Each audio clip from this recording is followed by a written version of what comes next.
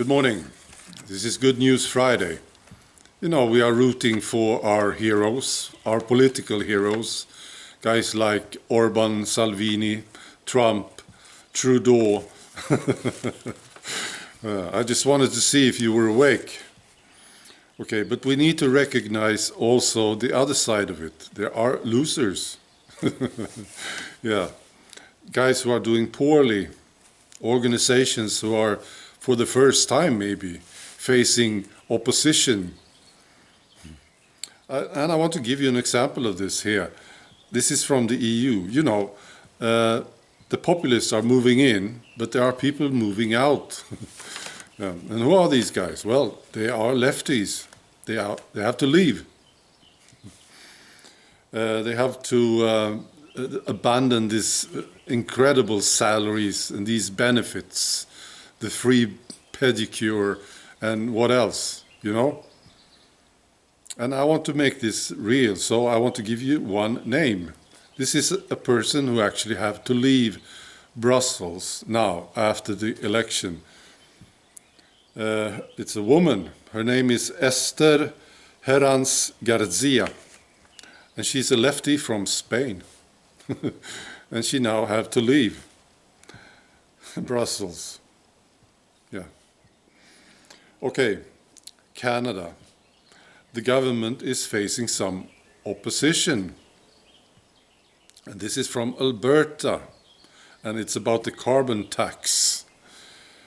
Alberta's carbon tax is dead. This is what it says. There is now legislation. Since midnight Thursday morning, Albertans no longer have to pay a carbon tax. The move is one of the first campaign promises to be delivered on by Alberta Premier Jason Kenney. Way to go, Jason. Before being elected Premier, Kenney promised that he would axe the tax as soon as he came into office. And now he did. He says, we have barely been in office for a month, and we are already today delivering to Albertans the biggest tax break in our province's history. Yeah, this is great. However, the government in Canada, they don't like this, so they will now try to make it a federal version so that they have to comply. This is according to the Minister of the Environment, McKenna. Yeah, she is becoming one of my new Canadian favorites. She's also known as Climate Barbie. Yeah, she doesn't like it when you call her Climate Barbie. So I thought I should add to the inconvenience.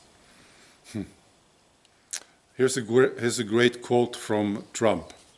He says, one of my biggest achievements in the end will be exposing the corruption in Washington. I'm so glad that he says this. I've been waiting for these guys in the swamp to end up in court and in jail. And I've been waiting a long time for this. So I don't want to wait any longer.